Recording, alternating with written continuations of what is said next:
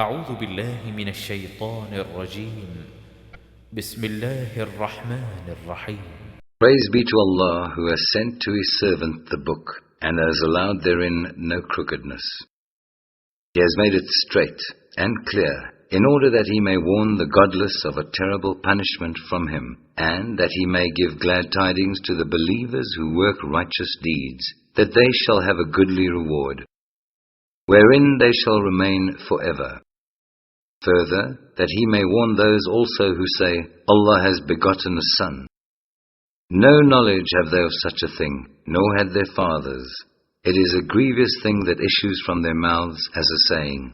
What they say is nothing but falsehood. You would only, perhaps, fret yourself to death following after them in grief, if they believe not in this message. That which is on earth we have made but as a glittering show for the earth, in order that we may test them as to which of them are best in conduct. Verily, what is on earth we shall make but as dust and dry soil, without growth or herbage. Or do you reflect that the companions of the cave and of the inscription were wonders among our signs? Behold, the youths took themselves to the cave. They said, Our Lord, bestow on us mercy from yourself, and dispose of our affair for us in the right way. Then we drew a veil over their ears for a number of years in the cave, so that they heard not. Then we roused them in order to test which of the two parties was best at calculating the term of years they had tarried. We relate to you their story in truth. They were youths who believed in their Lord, and we advanced them in guidance. We gave strength to their hearts. Behold, they stood up and said, Our Lord is the Lord of the heavens and of the earth. Never shall we call upon any God other than Him. If we did, we should indeed have uttered an enormity. These our people have taken for worship gods other than Him. Why do they not bring forward an authority clear and convincing for what they do? Who does more wrong than such as invent a falsehood against Allah? When you turn away from them and the things they worship other than Allah, take yourself to the cave. Your Lord will shower His mercies on you, and dispose of your affair towards comfort and ease.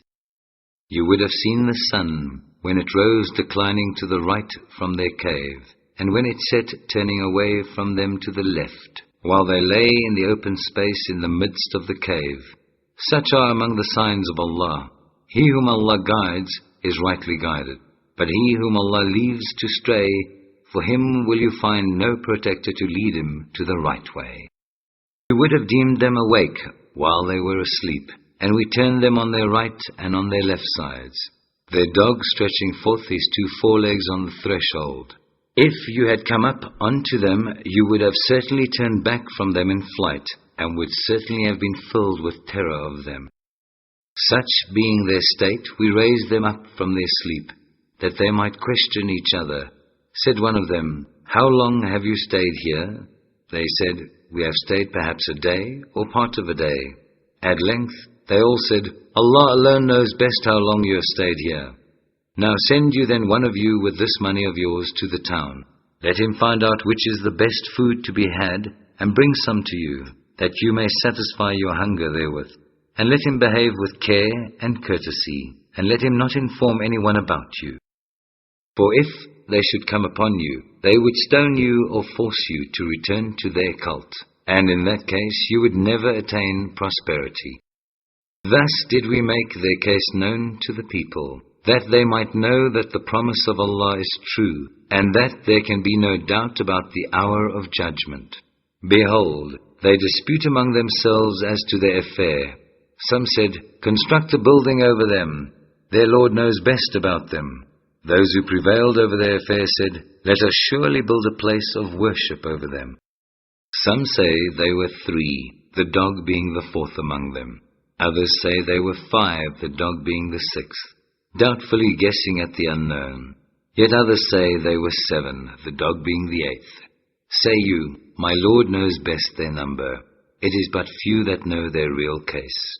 Enter not therefore into controversies concerning them, except on a matter that is clear, nor consult any of them about the affair of the sleepers. nor say of anything, I shall be sure to do so and so tomorrow, without adding, so please Allah, and call your Lord to mind when you forget, and say, I hope that my Lord will guide me ever closer, even than this, to the right road. So they stayed in their cave 300 years, and some add 9 more. Allah knows best how long they stayed. With Him is the knowledge of the secrets of the heavens and the earth, how clearly He sees, how finely He hears everything. They have no protector other than Him, nor does He share His command with any person whatsoever. And recite and teach what has been revealed to you of the book of your Lord.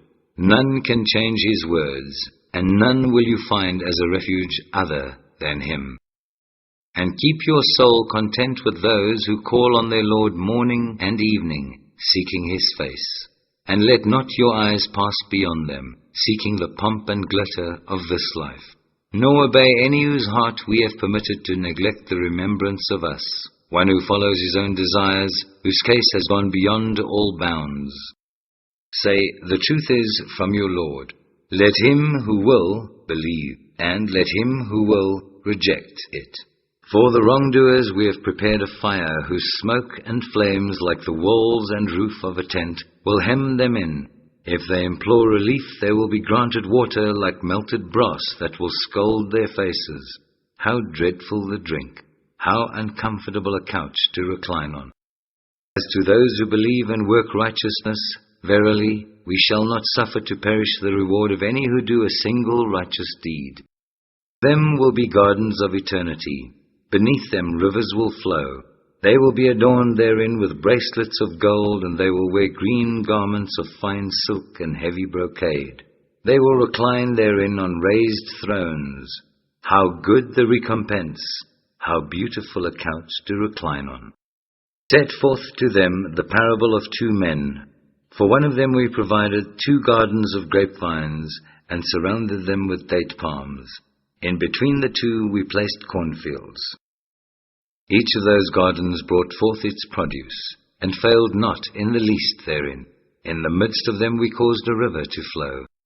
Abundant was the produce this man had. He said to his companion in the course of a mutual argument, More wealth have I than you, and more honor and power in my following of men. He went into his garden in a state of mind unjust to his soul. He said, I deem not that this will ever perish. Nor do I deem that the hour of judgment will ever come. Even if I am brought back to my Lord, I shall surely find there something better in exchange. His companion said to him in the course of the argument with him, Do you deny Him who created you out of the dust, then fashioned out of a sperm drop, then fashioned you into a man? But I think for my part that He is Allah, my Lord, and none shall I associate with my Lord. Why did you not as you go into your garden say, Allah's will be done? There is no power but with Allah, if you do see me less than you in wealth and sons. It may be that my Lord will give me something better than your garden, and that He will send on your garden thunderbolts, by way of reckoning from heaven, making it but slippery sand. Or the water of the garden will run off underground, so that you will never be able to find it. So his fruits and enjoyment were encompassed with ruin, and he remained twisting and turning his hands over what he had spent on his property, which had now tumbled to pieces to its very foundations. And he could only say, Woe is me! Would I had never ascribed partners to my Lord and Cherisher. Nor had he numbers to help him against Allah, nor was he able to deliver himself. The only protection comes from Allah, the True One. He is the best to reward and the best to give success. Set forth to them the similitude of the life of this world. It is like the rain which we send down from the skies. The earth's vegetation absorbs it, but soon it becomes dry stubble, which the winds do scatter. It is only Allah who prevails over all things. Wealth and sons are allurements of the life of this world, but the things that endure, good deeds, are best in the sight of your Lord as rewards, and best as the foundation for hopes. One day we shall remove the mountains, and you will see the earth as a level stretch, and we shall gather them all together, nor shall we leave out any one of them. And they will be marshalled before your Lord in ranks, with the announcement, Now have you come to us, bare as we created you. First, A, you thought we shall not fulfill the appointment made to you to meet us? And the book of deeds will be placed before you, and you will see the sinful in great terror, because of what is recorded therein. They will say, Ah, woe to us! What a book is this! It leaves out nothing small or great, but takes account thereof. They will find all that they did placed before them, and not one will your Lord treat with injustice. Behold, we said to the angels, Bow down to Adam. They bowed down except Iblis. He was one of the jinns, and he broke the command of his Lord. Will you then take him and his progeny as protectors rather than me? And they are enemies to you. Evil would be the exchange for the wrongdoers. I call them not to witness the creation of the heavens and the earth, nor even their own creation, nor is it for me to take as helpers such as lead men astray.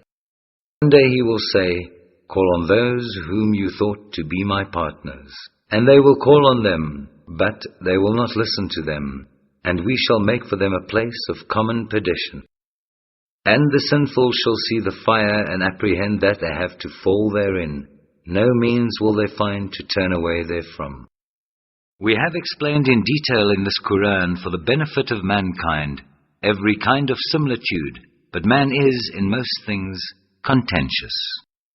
And what is there to keep back men from believing, now that guidance has come to them? Nor from praying for forgiveness from their Lord, but that they ask that the ways of the ancients be repeated with them, or the wrath be brought to them face to face. We only send the messengers to give glad tidings, and to give warnings. But the unbelievers dispute with vain argument, in order therewith to weaken the truth, and they treat my signs as a jest, as also the fact that they are warned. Who does more wrong than one who is reminded of the signs of his Lord, but turns away from them, forgetting the deeds which his hands have sent forth? Verily, we have set veils over their hearts, lest they should understand this, and over their ears, deafness. If you call them to guidance, even then will they never accept guidance. But your Lord is most forgiving, full of mercy. If he were to call them at once to account for what they have earned, then surely he would have hastened their punishment. But they have their appointed time, beyond which they will find no refuge. Such were the populations we destroyed when they committed iniquities, but we fixed an appointed time for their destruction. Behold, Moses said to his attendant, I will not give up until I reach the junction of the two seas, or until I spend years and years in travel. But when they reached the junction, they forgot about their fish, which took its course through the sea straight as in a tunnel. When they had passed on some distance, Moses said to his attendant, Bring us our early meal. Truly we have suffered much fatigue at this stage of our journey. He replied, Saw you what happened when we took ourselves to the rock? I did indeed forget about the fish. None but Satan made me forget to tell you about it. It took its course through the sea in a marvelous way. Moses said, That was what we were seeking after. So they went back on their footsteps, following the path they had come. So they found one of our servants on whom we had bestowed mercy from ourselves, and whom we had taught knowledge from our own presence. Moses said to him, May I follow you on the footing that you teach me something of the higher truth which you have been taught? The other said, Verily, you will not be able to have patience with me. And how can you have patience about things about which your understanding is not complete?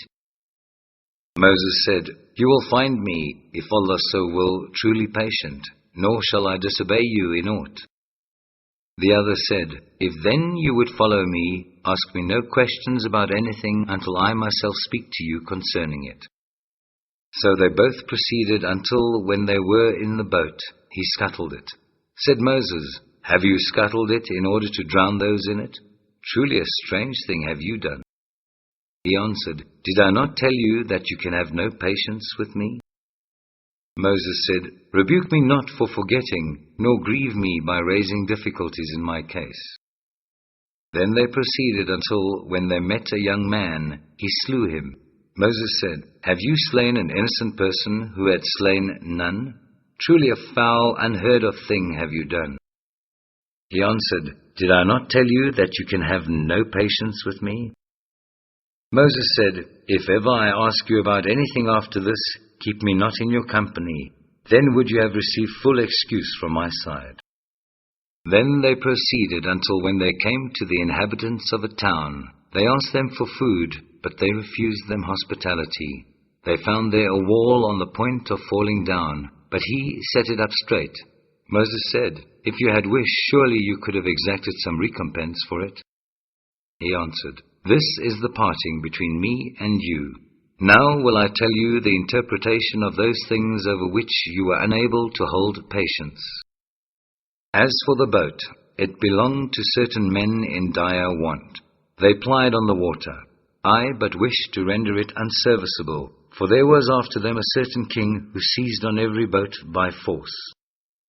As for the youth, his parents were people of faith, and we feared that he would grieve them by obstinate rebellion and ingratitude to Allah and man. So we desired that their Lord would give them in exchange a son, better in purity of conduct and closer in affection. As for the wall, it belonged to two youths, orphans in the town. There was beneath it a buried treasure, to which they were entitled. Their father had been a righteous man. So your Lord desired that they should attain their age of full strength and get out their treasure, a mercy and favor from your Lord. I did it not of my own accord. Such is the interpretation of those things over which you were unable to hold patience. They ask you concerning Dhul Qarnayn. Say, I will rehearse to you something of his story. Verily, we established his power on earth, and we gave him the ways and the means to all ends. One such way he followed, until when he reached the setting of the sun, he found it set in a spring of murky water. Near it he found a people. We said, O Dhul Qarnayn, you have authority either to punish them or to treat them with kindness. He said, Whoever does wrong, him shall we punish. Then shall he be sent back to his Lord, and he will punish him with a punishment unheard of before. But whoever believes and works righteousness, he shall have a goodly reward, and easy will be his task as we order it by our command. Then followed he another way, until when he came to the rising of the sun, he found it rising on a people for whom we had provided no covering protection against the sun. He left them as they were. We completely understood what was before him. Then followed he another way, until when he reached a tract between two mountains, he found beneath them a people who scarcely understood a word. They said, O Dhul Qarnayn, the Gog and Magog people do great mischief on earth. Shall we then render you tribute in order that you might erect a barrier between us and them? He said, The power in which my Lord had established me is better than tribute. Help me therefore with strength and labor. I will erect a stronger barrier between you and them. Bring me blocks of iron. At length, when he had filled up the space between the two steep mountainsides, he said, Blow with your bellows. Then, when he had made it red as fire, he said, Bring me that I may pour over it molten lead. Thus were they made powerless to scale it or to dig through it. He said, This is a mercy from my Lord. But when the promise of my Lord comes to pass, he will make it into dust, and the promise of my Lord is true. On that day we shall leave them to surge like waves on one another. The trumpet will be blown, and we shall collect them all together. And we shall present hell that day for unbelievers to see, all spread out. Unbelievers whose eyes had been under a veil from remembrance of me, and who had been unable even to hear.